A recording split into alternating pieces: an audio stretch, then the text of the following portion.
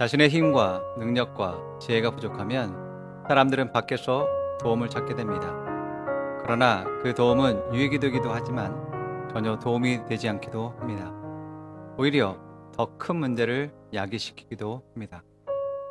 상대방이 나의 생각과 마음을 알 수 없기 때문에 표면적인 도움받게 되지 않습니다.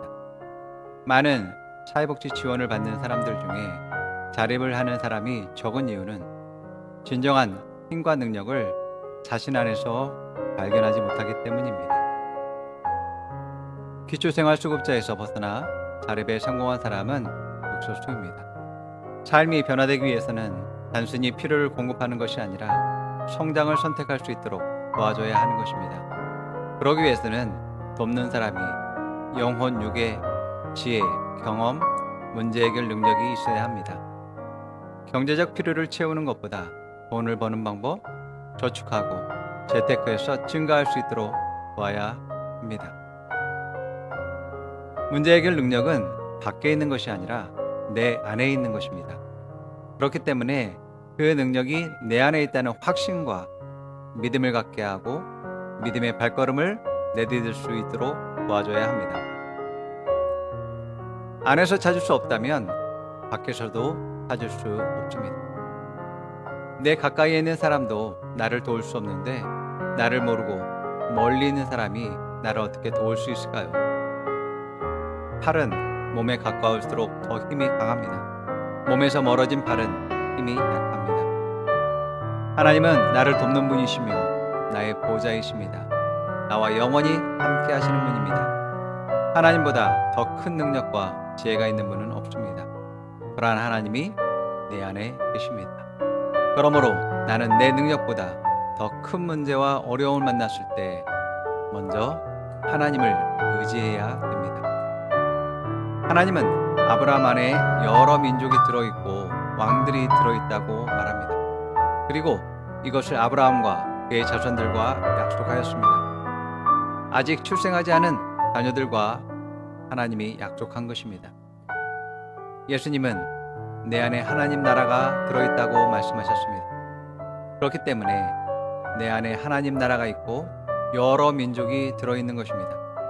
내가 영혼을 구원하고 그들을 양육하게 될 때 나는 그들의 영적 아비, 어미가 되는 것입니다. 이것으로 내 나라, 하나님 나라가 번성하게 됩니다. 내 안에서 돕는 자가 나옵니다. 그리스도인에게 돕는 자는 멀리 있는 것이 아니라 내 안에 있다는 것을 깨달아야 합니다. 나를 돕는 자 대신 주님과 성령님이 내 안에 계십니다. 나를 돕는 사람도 내 안에서 나옵니다. 하나님은 아담을 부족하게 만들지 않았습니다. 아담은 하나님의 형상과 특성을 가지고 완전하게 지음을 받았습니다. 그럼에도 하나님은 아담에게 돕는 자가 필요하다고 하셨습니다. 아담에게는 지혜와 능력이 부족한 것이 아니라 함께할 사람이 필요한 것이었습니다. 하나님은 하와를 통해서 서로 협력하여 선을 이룸으로써 같이 더욱 성장할 수 있도록 하셨습니다. 하나님이 아담을 도와줄 하와를 어디서 어떻게 만들어졌습니까? 아담의 갈빗대와 하나님이 채우신 살로 만들어졌습니다. 돕는 자인 여자는 아담으로부터 나왔습니다.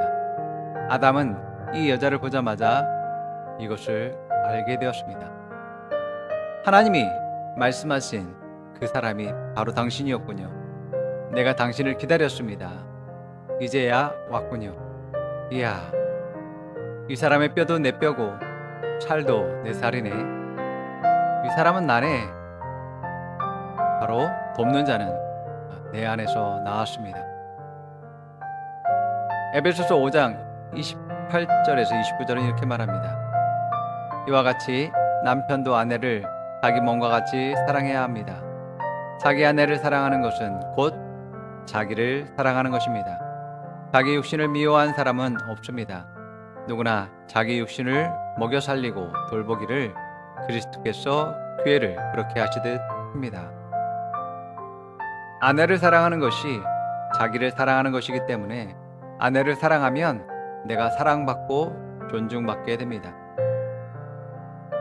그렇기 때문에 미워하는 것을 거절하십시오. 사랑할 것을 선택하십시오. 미움이 사라질 때까지 고백하십시오. 미워하면 자신을 미워하는 것이 됩니다. 그렇기 때문에 어찌하든지 사랑하는 것을 선택해야 합니다. 이것이 나의 유익이 됩니다. 가정의 도움은 가정 안에 있고, 학교의 도움은 학교 안에 있으며, 회사의 도움은 회사 안에 있습니다. 나의 남편, 아내, 자녀, 사역자, 동역자들을 돕는 자로 삼아야 합니다. 나를 돕는 자는 멀리 있지 않습니다. 가까이 있는 사람이 나를 가장 잘 알고 있기 때문에 가장 잘 도울 수 있습니다. 능력은 전문가들보다 부족할 수 있어도 가장 헌신적으로 나를 도울 수 있습니다.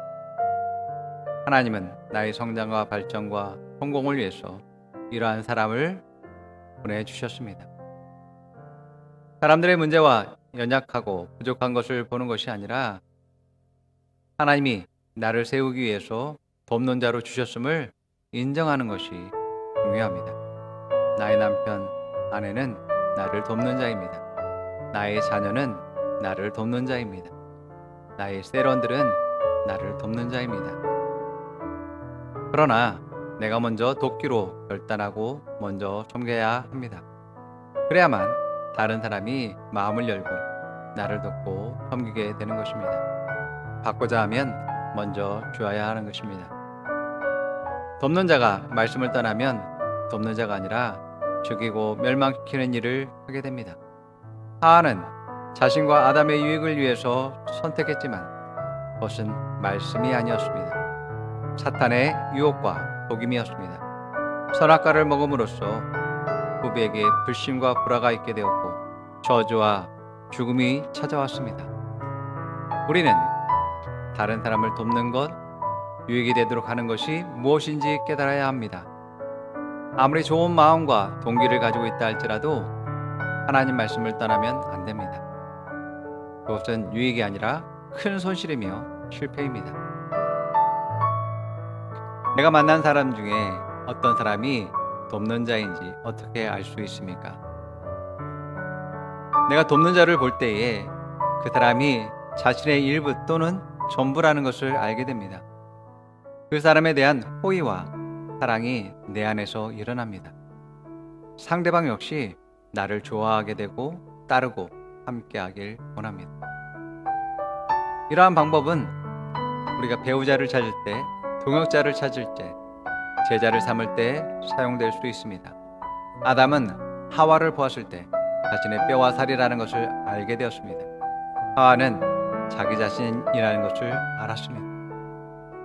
상대방에 대한 호의와 사랑과 기쁨과 소망이 그 안에 있었습니다. 요셉에게 있어서 주인 보디발은 돕는 자였습니다. 어떻게 주인이 노예를 돕게 되고 사랑하게 되었을까요? 하나님이 주인 보디발의 마음을 만지셔서 요셉에 대한 호의와 믿음과 사랑을 갖도록 하셨던 것입니다. 반대로 보디발의 아내는 마귀의 도구가 되어서 잘못된 호의와 믿음과 사랑을 가졌습니다. 요셉은 이 일로 보디발의 신뢰를 잃게 되었지만 하나님은 감옥의 소장을 만지셔서 요셉에 대한 호의와 믿음과 사랑을 갖도록 하였습니다. 여러분, 조급해하지 말고 내 안에서부터 시작하십시오. 내 배우자, 자녀, 가까운 사람들을 돕는 자로 삼으십시오. 그러기 위해서는 많은 경우 내가 먼저 돕는 자가 되어야 할 것입니다. 처음에는 도움을 받기보다 도움을 줘야 하는 그런 사람이 많을 수 있습니다. 그러나 그 사람들이 성장하면 기업을 이루게 될 것입니다. 민족이 되고 나라가 될 것입니다. 따라서 고백해 보세요. 하나님은 나를 돕는 분이십니다. 하나님은 전지전능하십니다. 하나님은 나와 영원히 함께 하시는 분이십니다. 그러한 하나님이 내 안에 계십니다. 내 안에 하나님 나라가 있습니다. 내 안에 나라와 민족이 있습니다. 내 안에 왕들이 있습니다. 내 안에 돕는 자가 있습니다. 내 안에 돕는 배필이 있습니다. 내 안에 돕는 나라가 있습니다. 내 안에 돕는 왕들이 있습니다. 나는 말씀으로 사람들을 돕습니다. 나는 사랑으로 사람들을 돕습니다. 나는 양육하여 사람들을 돕습니다.